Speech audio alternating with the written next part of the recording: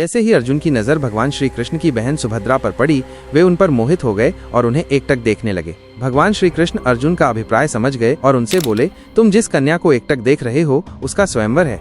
वो स्वयंवर में तुम्हारा वरण करेगी या नहीं ये निश्चित नहीं है, क्योंकि सबकी अपनी अलग अलग रुचि होती है।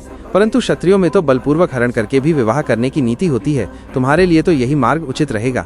भगवान श्री कृष्ण के ऐसा कहने पर अर्जुन ने उस कन्या के हरण की अनुमति मांगने के लिए अपना एक दूत धर्मराज युधिष्ठिर के पास भेज दिया। जब धर्मराज युधिष्ठिर ने अर्जुन को इसकी अनुमति दे दी तो भगवान श्री कृष्ण ने भी अर्जुन को हरण करने की अनुमति देते हुए यह सलाह दी कि वह कन्या अपनी सखियों के साथ आज रेवतक पर्वत पर देव पूजा करने के लिए जाएगी। जब वह पूजा करके द्वारका के लिए वापस आने लगे तभी तुम उस कन्या को बलपूर्वक उठाकर रथ में बिठा लेना।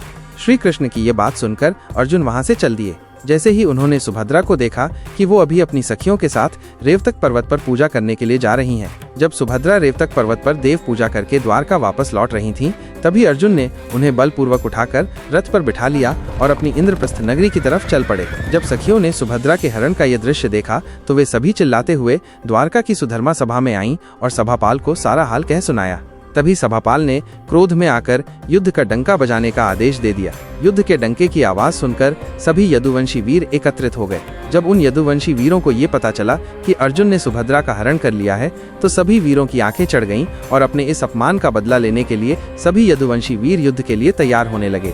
तब बलराम जी ने चुपचाप खड़े भगवान कृष्ण जी से ये कहा, तुम्हारा मित्र समझकर जिस अर्जुन का इतना सत्कार किया गया था, तुम्हारे उस मित्र ने हमारे यदुवंश को इस तरह अपमानित कर दिया है। ऐसे समय में तुम्हारी इस चुप्पी का अभिप्राय क्या है?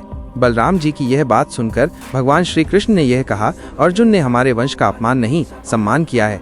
उन्होंने हमारे वंश की महत्ता समझकर ही हमारी बहन का हरण किया है। उनका यह काम क्षत्रिय धर्म के अनुरूप हुआ है और हमारे योग्य है। सुभद्रा और अर्जुन की जोड़ी बहुत ही सुंदर होगी। अर्जुन को जीत पाना हमारे लिए संभव नहीं है, इसलिए लड़ाई की बात भूलकर हमें मित्र भाव से सुभद्रा को उनके हाथ सौंप देना ही उत्तम है। इस प्रकार भगवान श्री कृष्ण ने सभी यदुवंशियों को समझाकर शांत करा दिया और अर्जुन को सम्मान के साथ वापस बुलवाकर सुभद्रा के साथ उनका विधि पूर्वक विवाह करवा दिया। विवाह के बाद अर्जुन 1 वर्ष तक सुभद्रा के साथ द्वारका में ही रहे तथा वनवास का बाकी समय उन्होंने पुष्कर क्षेत्र में व्यतीत किया। वनवास के 12 वर्ष पूरे हो जाने के बाद अर्जुन सुभद्रा के साथ इंद्रप्रस्थ लौट आए। अर्जुन और सुभद्रा के इंद्रप्रस्थ आ जाने के बाद भगवान श्री कृष्ण और बलराम जी अपनी सेना के साथ बहुत सा दहेज का सामान लेकर इंद्रप्रस्थ आए और सभी लोग कुछ दिनों तक इंद्रप्रस्थ में ही रुके थे। कुछ दिन बाद फिर वापस द्वारकापुरी चले गए, परंतु भगवान श्री कृष्ण कुछ समय के लिए और अपने मित्र अर्जुन के साथ इंद्रप्रस्थ में ही रहे थे। कुछ समय बाद सुभद्रा ने अपने गर्भ से एक पुत्र को जन्म दिया जिसका नाम अभिमन्यु रखा गया। भगवान श्री कृष्ण ने अपने भांजे अभिमन्यु के सभी संस्कार संपन्न करवाए। अभिमन्यु ने वेदाध्ययन करने के बाद अपने पिता अर्जुन से ही धनुर्वेद की शिक्षा ग्रहण करनी शुरू कर दी थी। अभिमन्यु का अस्त्र कौशल देखकर अर्जुन को बड़ी ही प्रसन्नता होती थी। अभिमन्यु के बहुत से गुण भगवान श्री कृष्ण के समान थे। और इधर द्रौपदी के गर्भ से 5 पांडवों के द्वारा 1-1 वर्ष के अंतर में 5 पुत्र उत्पन्न हुए। युधिष्ठिर से उत्पन्न हुए पुत्र का नाम प्रतिविंध्य था और भीम से उत्पन्न द्रौपदी के पुत्र का नाम सुतसोम था। अर्जुन से उत्पन्न पुत्र का नाम श्रुतकर्मा था। नकुल से उत्पन्न पुत्र का नाम अपने एक पूर्वज राजा शतानीक के नाम पर शतानीक ही रखा गया था और सहदेव से उत्पन्न पुत्र का नाम श्रुतसेन था। इन सभी बालकों ने भी वेद पाठ समाप्त करके अर्जुन से ही अस्त्र शिक्षा प्राप्त की थी। इधर इंद्रप्रस्थ राज्य की प्रजा धर्मराज युधिष्ठिर को राजा के रूप में पाकर बड़े ही सुख और शांति के साथ उन्नति करने लगी। राज्य में चारों तरफ धर्म का ही बोलबाला था और राजा युधिष्ठिर तो कभी भी किसी से अनुचित, असत्य अथवा अप्रिय वाणी नहीं बोलते थे। राजा युधिष्ठिर के आदेश से उनके चारों पांडव भाई अपनी प्रजा की हर सुख दुख का ख्याल रखा करते थे। इसी प्रकार कुछ दिन व्यतीत होने के बाद भगवान श्री कृष्ण अपने मित्र अर्जुन के साथ इंद्रप्रस्थ में रुके थे। एक दिन अर्जुन की प्रेरणा से भगवान श्री कृष्ण धर्मराज युधिष्ठिर की आज्ञा लेकर यमुना नदी पर जल विहार करने गए थे। एक दिन जल विहार का आनंद ले रहे भगवान श्री कृष्ण और अर्जुन के पास एक ब्राह्मण आकर बोला, आप दोनों संसार के श्रेष्ठ वीर और महापुरुष हैं। मैं एक बहुभोजी ब्राह्मण हूँ, आप लोगों के पास भोजन की भिक्षा मांगने आया हूँ। तब भगवान श्री कृष्ण और अर्जुन ने ब्राह्मण से ये पूछा, आपकी तृप्ति किस प्रकार के अन्न से होती है? आज्ञा कीजिए, हम लोग उसी भोजन के लिए प्रयत्न करें। तब ब्राह्मण ने कहा, मैं अग्नि हूँ और मुझे साधारण भोजन की आवश्यकता नहीं है। आप मुझे वही अन्न दीजिए जो मेरे योग्य हो। मैं खांडव वन को जलाकर भोजन ग्रहण करना चाहता हूँ, परंतु इस वन में तक्षक नाग अपने परिवार और मित्रों के साथ रहते हैं, इसलिए देवराज इंद्र इस वन की रक्षा करते हैं। जब जब मैं इस वन को जलाने की चेष्टा करता हूँ तब तब वो मुझ पर जल की धाराएं उड़ेल देते हैं और मेरी लालसा पूरी नहीं हो पाती है। आप दोनों अस्त्र विद्या के पारदर्शी हैं, इसलिए आप लोगों की सहायता से मैं इस वन को जला सकता हूँ और मैं आप लोगों से इसी भोजन की याचना करता हूँ।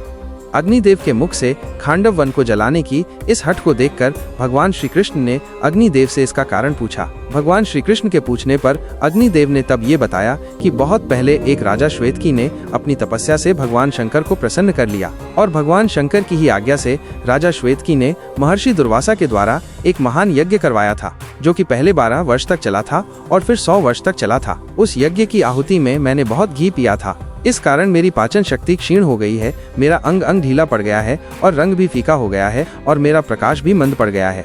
अपनी यह अवस्था देख मैंने परमपिता ब्रह्मा जी के पास जाकर यह प्रार्थना की थी कि आप मुझे कोई ऐसा उपाय बताइए जिससे मैं पहले की तरह स्वस्थ हो सकूं। तब ब्रह्मा जी ने मुझसे ये कहा कि यदि तुम खांडव वन को जला दो तो तुम्हारी अरुचि और अजीर्ण दूर हो जाएगी और तुम स्वस्थ हो जाओगे। ब्रह्मा जी की ये बात सुनकर मैं तुरंत ही खांडव वन को जलाने के लिए चला आया। मैंने 7 बार उस खांडव वन को जलाने की कोशिश की, परंतु वह वन देवराज इंद्र के संरक्षण में है। इस कारण मैं जब भी उस वन को जलाने की कोशिश करता हूँ तभी देवराज इंद्र मेरी अग्नि पर जल वर्षा कर उसे बुझा देते हैं। इस प्रकार जब मैं बहुत हताश हो गया तो वापस फिर ब्रह्मा जी की शरण में गया और उनसे विनती करते हुए मैंने ये कहा कि परमपिता देवराज इंद्र के कारण मैं खांडव वन को नहीं जला पा रहा हूँ, अतः आप मुझे कोई ऐसा उपाय बताइए जिससे मैं उसे खांडव वन को जला सकूं। तब परमपिता ब्रह्मा जी ने ये कहा कि इस संसार में तो सिर्फ देवकी नंदन कृष्ण और पांडु पुत्र अर्जुन ही ऐसे पराक्रमी हैं जो मिलकर देवराज इंद्र को रोक सकते हैं और कोई भी इंद्र को रोकने में सक्षम नहीं है। परमपिता ब्रह्मा जी के ऐसे कहने पर ही मैं आप दोनों की मदद लेने के लिए आया हूँ। अग्निदेव की ये पूरी बात सुनकर तब अर्जुन ने उनसे ये कहा कि मैं और भगवान श्री कृष्ण देवराज इंद्र के साथ युद्ध करके उन्हें रोक तो सकते हैं, परंतु हमारे पास तो कोई अस्त्र शस्त्र भी नहीं है। अर्जुन की ये बात सुनकर अग्निदेव ने तब वरुण देव का स्मरण किया। वरुण जी के प्रकट होने के बाद अग्निदेव ने वरुण देव से अनुरोध किया और फिर अर्जुन को उनके पास रखे हुए राजा सोम के गांडीव धनुष, अक्षय तर्कस और वानर चिन्ह युक्त ध्वजा से मंडित दिव्य रथ दिलवाया तथा भगवान श्री कृष्ण को एक दिव्य चक्र, आग्नेयास्त्र और एक कौमोद की गदा अर्पित की थी।